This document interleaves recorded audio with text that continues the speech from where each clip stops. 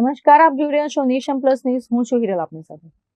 વડોદરાના સાવલીમાં આધેડ પર ફાયરિંગના મામલે ધરપકડ થયા બાદ ભાજપ કિસાન મોરચાના પ્રદેશ ઉપપ્રમુખ સી.કે. પટેલ છગન પટેલના કાળા ચિઠ્ઠા એક પછી એક ખુલી રહ્યા છે.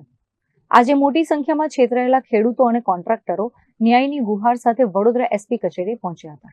સાવલીના પોઈચા ગામ પાસે આવેલા શેફ ફાર્મ હાઉસમાં આવેલા લોકો પર ફાયરિંગ કરવાના ગુનામાં પોલીસે સી.કે. પટેલની ધરપકડ કરી લીધી છે. પરંતુ આ માત્ર એક ફાયરિંગનો કિસ્સો નથી. આની પાછળ છેતરપિંડી અને ધાક ધમકીનું આખું નેટવર્ક હોવાનું બહાર આવ્યું છે. આજે વડોદરા એસપી ઓફિસ ખાતે પહોંચેલા અરજદારોએ ચોંકાવનારા ખુલાસા કર્યા છે, જેમાં છગન પટેલ પર જમીન હડપવી, નાણાં બાકી રાખવા અને રિવોલ્વર બતાવીને ધમકી આપવાના ગંભીર આરોપો લગાવવામાં આવ્યા છે.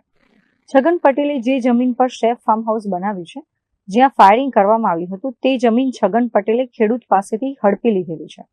એસપી સમક્ષ રજૂઆત કરતા ખેડૂત ડોક્ટર સુરેન્દ્રસિંહ પરમારે જણાવ્યું હતું કે રાજકીય વગ ધરાવતા છગન પટેલ ખેડૂતોને ડરાવી ધમકાવીને જમીનો પચાવી રહ્યા છે.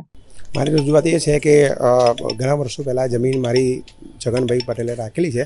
એના જે મારા પૈસા છે પાણા કરાવી દીધું, પૈસા નથી આલ્યા. એની સામે અમે ફરિયાદ બી કરી હતી. એની સામે અમે કોર્ટમાં સાવલીમાં બી આપ્યું, પણ હજુ સુધી એનું કશું નિરાકરણ આવ્યું નથી. કલેક્ટરનો ઓર્ડર બી આવ્યો એનાથી.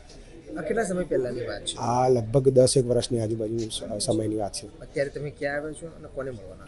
અત્યારે અમે કલેક્ટર સાહેબને, એસપી સાહેબને મળવા આવ્યા છે. આનું એ રજૂઆત કરવા માટે આવ્યા છે. સ્થાનિક પોલીસનું શું કહેવું છે? આની પોલીસ તો કોઈ કશો જવાબ નથી હાલતા એવું કશું. એટલે એવું કહી શકાય કે સગનભાઈને પાડવી રહ્યા હોય કે? હા, એવું બની શકે, કારણ કે આટલું બધું કરવા છતાં કોઈ પેટનું પાણી હાલતું નથી. એટલે કોઈ રાજકીય પીઠબળ હોય તો જ આવું થઈ શકે. એવું તમને આ બાબતમાં કોઈ ધમકી આપી હોય? ના, એવું કશું નથી. થોડાક દિવસ અગાઉ અમને ફાયરિંગ પણ કર્યું હતું. હા, એ થયું. એ પેપરમાં વાંચ્યું અમે. એટલે એ વાંચીને પછી અમે આનું એ કરવા માટે આવ્યા કે ચલો અમારું બી છે તો બી હવે રજૂઆત કરીએ એ રીતે. આટલા વર્ષોથી ન્યાય નથી મળ્યો એવું લાગે છે? હા, નથી જ મળ્યો, બિલકુલ નથી મળ્યો. લાગે છે ન્યાય મળશે? હા, મળશે એવું આશા રાખીએ છીએ. હવે મળે તો સારું. એમ ફાર્મ હાઉસ બનાવવા માટે જમીન પચાવનાર છગન પટેલે ફાર્મ હાઉસનું બાંધકામ કરનાર કોન્ટ્રાક્ટરને પણ પૂરતું મહેનતાણું ચૂકવ્યું નથી. છગન પટેલે કોન્ટ્રાક્ટર શુભમ પરમારના 80 લાખ રૂપિયા બાકી રાખ્યા છે.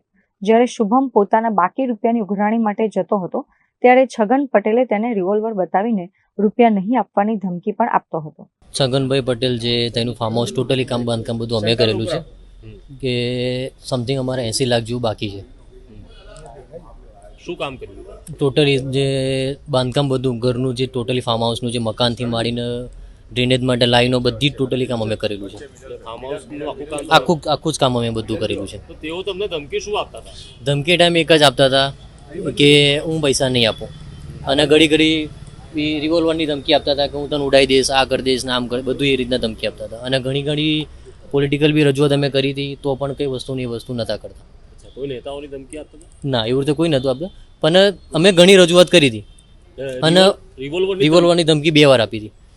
રિવોલ્વર બતાવીને ધમકી 2 વાર આપી હતી કે હું ઉડાડી દઈશ આ રીતના. તમે પોલીસ કેસ કરેલો છે? પોલીસ કેસ બી અત્યારે ચાલુ છે. અત્યારે કેટલા વર્ષ છે? સમથિંગ 2020નો કેસ ચાલુ છે.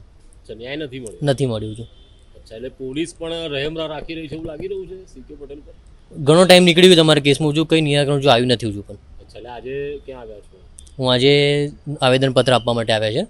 આમ રાજકીય વગનો દુરુપયોગ કરનાર છગન પટેલનો નવો કાળો ચિઠ્ઠો સામે આવ્યો છે.